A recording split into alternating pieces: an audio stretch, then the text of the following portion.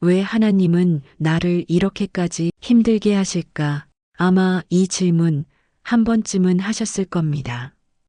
기도해도 응답이 없고 마음은 지쳐가고 상황은 점점 더 나빠지는 것 같은 그때 우리는 묻습니다.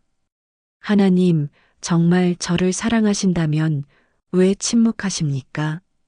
하지만 바로 그 순간이 하나님의 은혜가 우리 삶에 가장 깊이 스며드는 때입니다.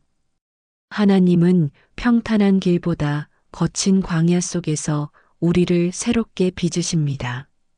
고통은 하나님의 음성입니다. 하나님은 우리의 아픔 속에서 말씀하시고 눈물 속에서 다가오십니다.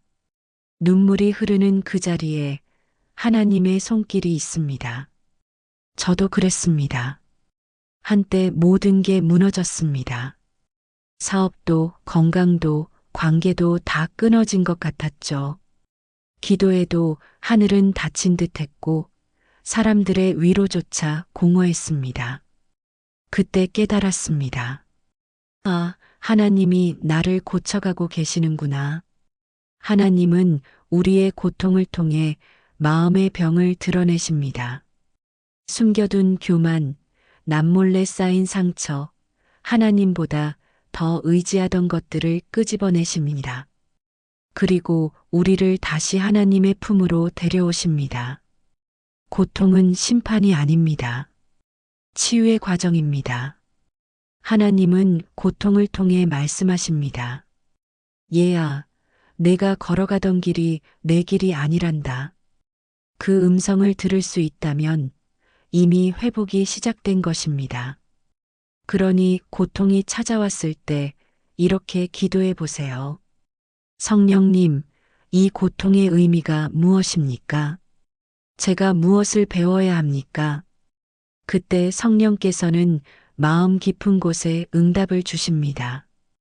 그리고 순종하면 놀랍게도 그 고통의 자리가 평안의 자리로 바뀝니다. 혹시 지금 그 평안을 잃어버린 분이 계신가요? 그렇다면 이 말씀을 마음에 새기세요. 고통은 끝이 아닙니다. 시작입니다. 하나님이 당신을 버리셨기 때문이 아니라 당신을 새롭게 하시려는 시작이기 때문입니다. 고통이 깊을수록 은혜는 더 깊습니다. 하나님은 우리가 깨질 때 그 틈으로 빛을 비추십니다. 우리의 눈물이 떨어지는 그 자리에 하나님은 새 생명의 씨앗을 심으십니다. 그 씨앗은 언젠가 자라서 믿음의 열매가 됩니다. 그리고 당신의 이야기가 누군가의 희망이 됩니다. 이것이 바로 간증의 힘입니다. 사람들은 흔히 묻습니다.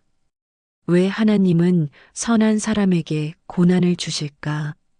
하지만 성경은 이렇게 말합니다. 내가 사랑하는 자를 징계하노니 고통은 사랑의 다른 얼굴입니다. 고난을 통해 우리는 순금처럼 정결해지고 그리스도의 마음을 닮아갑니다. 때로 하나님은 광야로 우리를 부르십니다. 그곳에는 아무것도 없고 아무도 없습니다. 하지만 바로 그곳에서 우리는 하나님만 바라보게 됩니다. 그리고 깨닫게 됩니다. 내가 잃은 게 아니라 진짜 중요한 걸 얻었구나. 광야는 끝이 아닙니다. 하나님과의 새로운 시작점입니다. 이제 우리는 깨닫습니다. 고통은 하나님이 우리를 낮추시려는 것이 아니라 들어 올리시려는 준비 과정이라는 걸. 하나님은 눈물로 우리를 새롭게 빚으시고 상처로 우리를 사용하십니다. 그분은 결코 실패하지 않으십니다. 고통의 밤이 깊을수록 새벽의 빛은 더 찬란하게 다가옵니다. 사랑하는 여러분, 고통의 자리에서 눈을 들어 하나님을 바라보세요. 그분은 멀리 계시지 않습니다. 당신의 곁에서 지금도 조용히 말씀하고 계십니다. 얘야, 울지 마라. 내가 너와 함께 있단다. 그 음성이 오늘 여러분의 마음에도 들리길 바랍니다.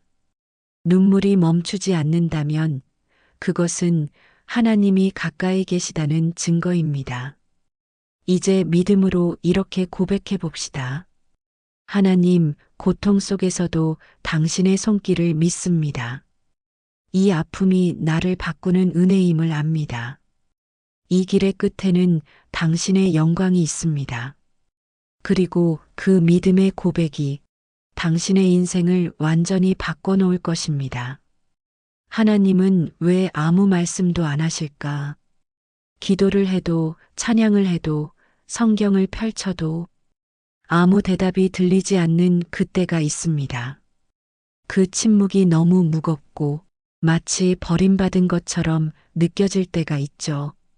그런데요, 하나님은 그 침묵 속에서도 말씀하고 계십니다.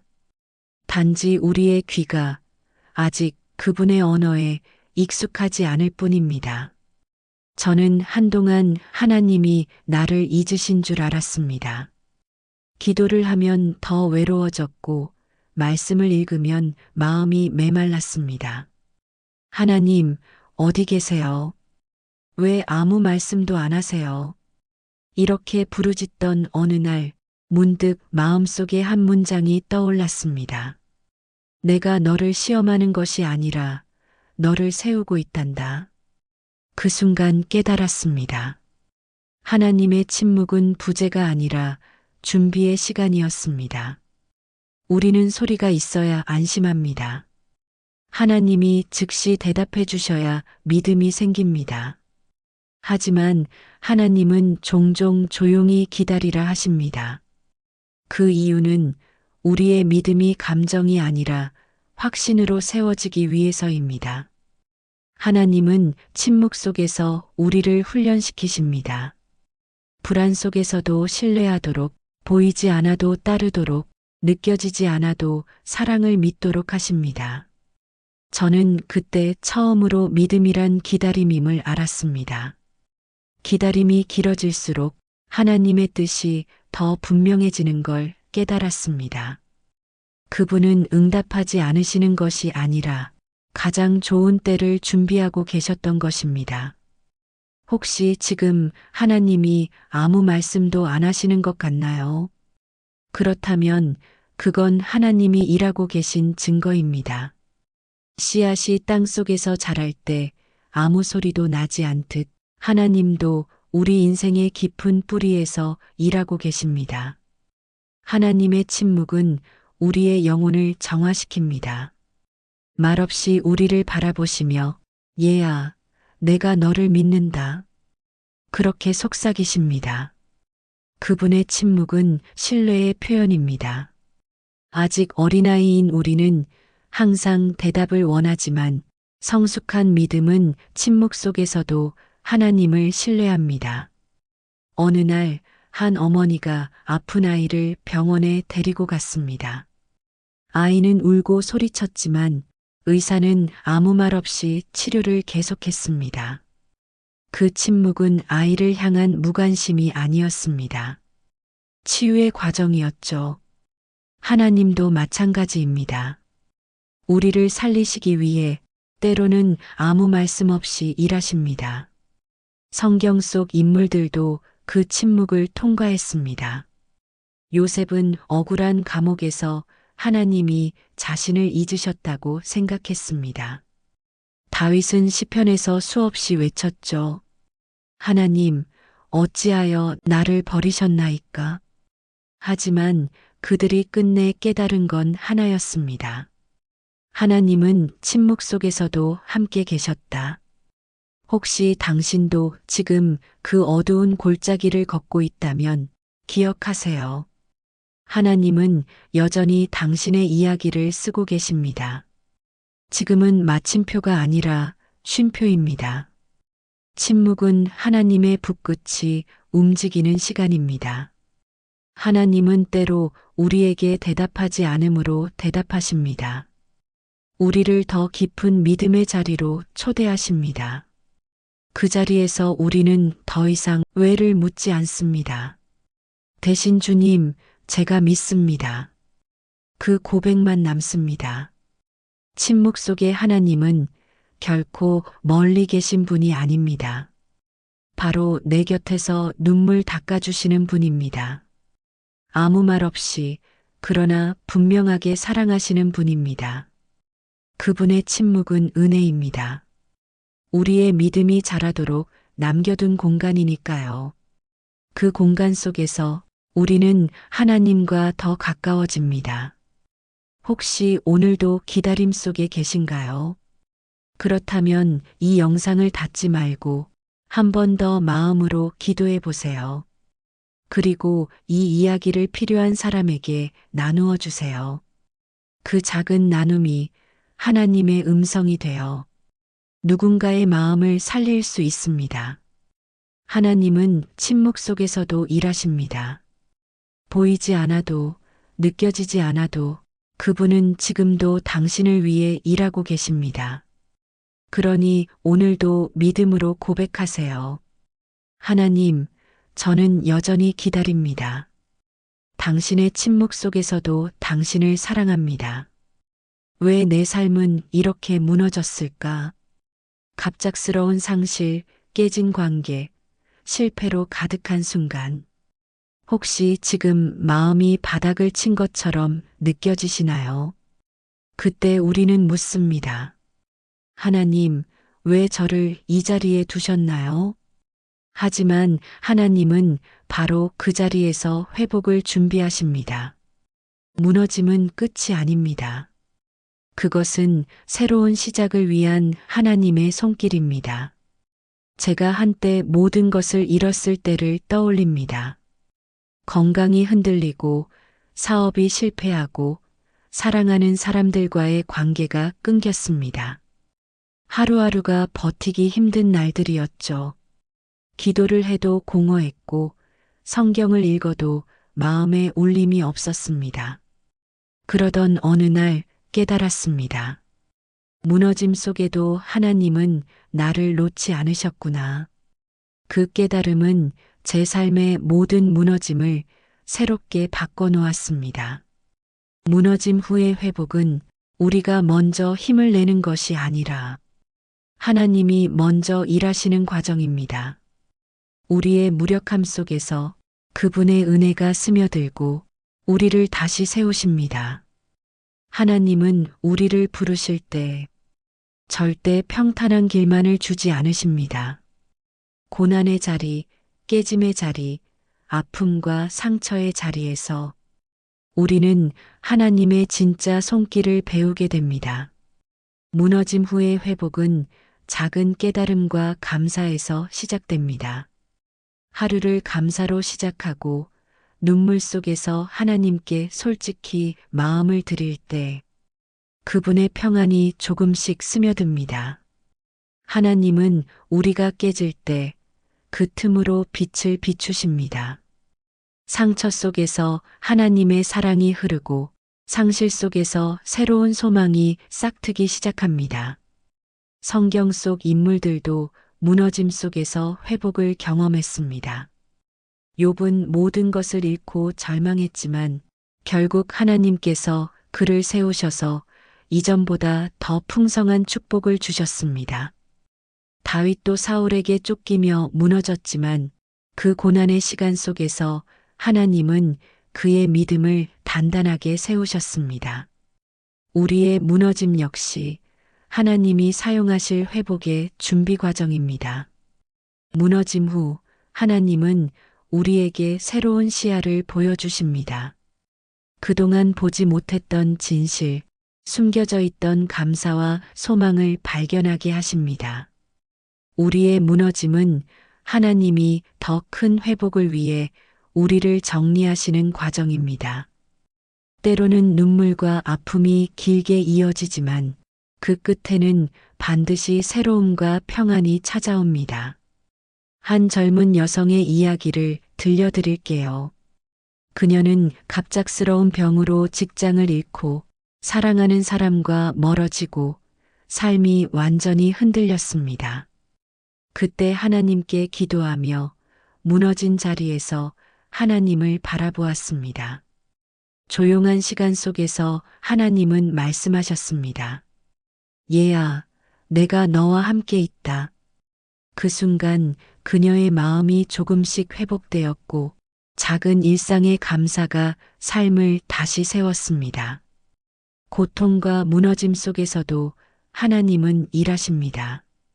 그분의 은혜는 우리가 무너진 자리에서 조용히 그러나 확실하게 우리를 다시 세웁니다. 우리의 눈물은 단순한 슬픔이 아니라 회복의 씨앗이 되는 순간입니다. 하나님은 우리의 약함을 통해 우리 삶 속에 새로운 힘과 소망을 심어주십니다. 이제 믿음으로 고백해 봅시다. 하나님, 제 무너진 자리에서도 당신의 손길을 믿습니다. 제가 다시 서도록 이끌어 주세요.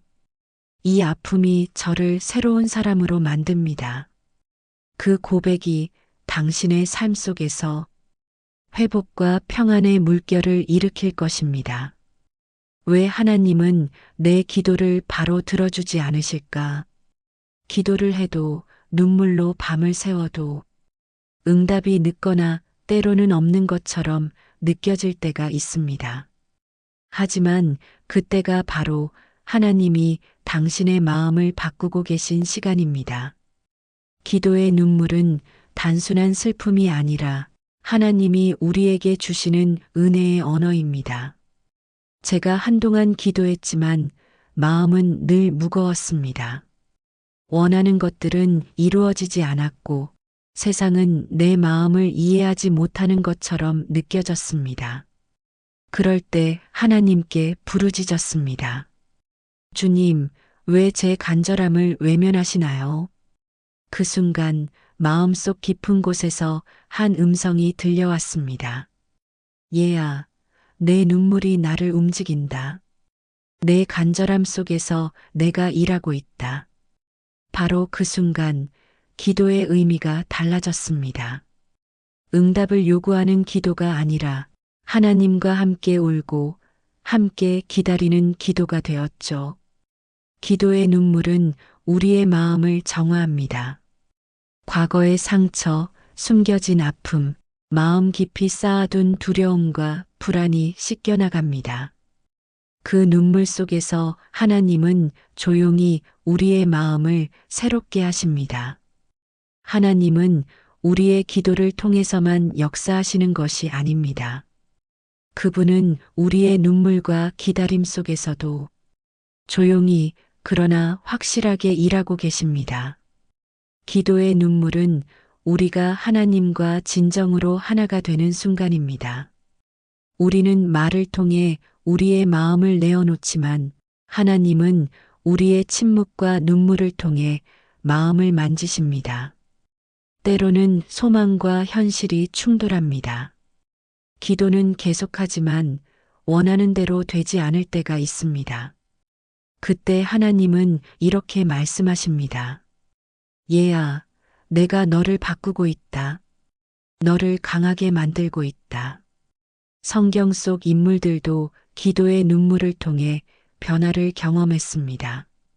한나가 자식을 간절히 기도하며 눈물 흘릴 때 하나님은 그녀의 간절함을 들으시고 사무엘을 주셨습니다.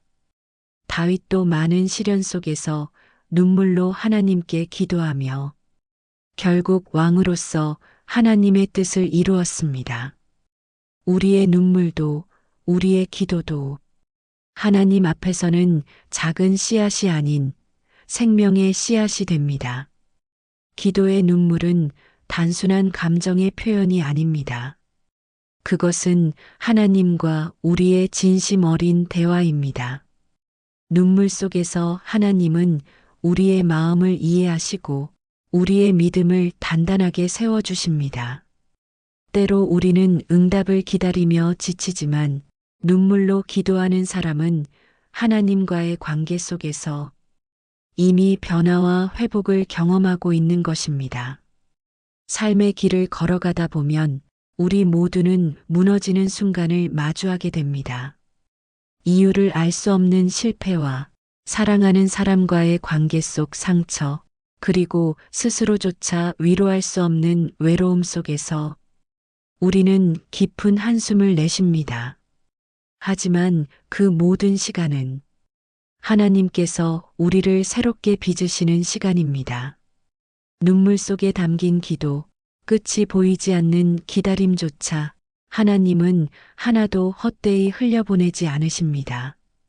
그분은 침묵 속에서도 일하고 계십니다. 보이지 않는 손으로 우리의 마음을 만지시고 무너진 곳마다 새 생명을 심으십니다. 그래서 우리는 고통의 끝자락에서 하나님의 평안을 느끼게 됩니다. 눈물의 기도는 절망이 아니라 회복을 여는 문입니다. 오늘도 주님은 그 문 앞에서 우리의 작은 믿음을 기다리고 계십니다. 이제 믿음으로 고백합시다. 주님, 제 기도와 눈물이 헛되지 않음을 믿습니다. 제 마음과 삶을 바꿔주시길 원합니다. 이 눈물이 회복과 소망으로 바뀌게 해주세요. 그 고백이 당신의 삶을 완전히 바꾸고 하나님이 주시는 회복과 평안으로 이어질 것입니다. 왜 하나님은 나를 광야로 인도하실까? 혹시 지금 외롭고 힘든 시간 속에서 하나님의 뜻을 이해할 수 없다고 느끼시나요? 하지만 하나님은 광야를 허락하시는 순간조차 우리에게 은혜를 주시는 시간입니다. 그 길에서 우리는 자신의 연약함을 보고 하나님의 위로와 회복을 경험하게 됩니다. 제가 처음 광야를 경험했을 때 모든 것이 멈춘 듯 했습니다. 관계가 무너지고 계획은 실패로 이어지고 마음은 공허했습니다.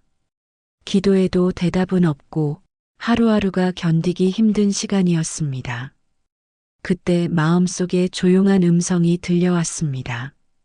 얘야, 내가 너와 함께 있단다. 광야 속에서도 너를 세우고 있다. 바로 그 순간 눈물이 흘렀습니다. 하나님은 우리의 연약함 속에서도 사랑과 은혜를 보여주십니다. 광야는 하나님이 우리를 훈련시키는 장소입니다.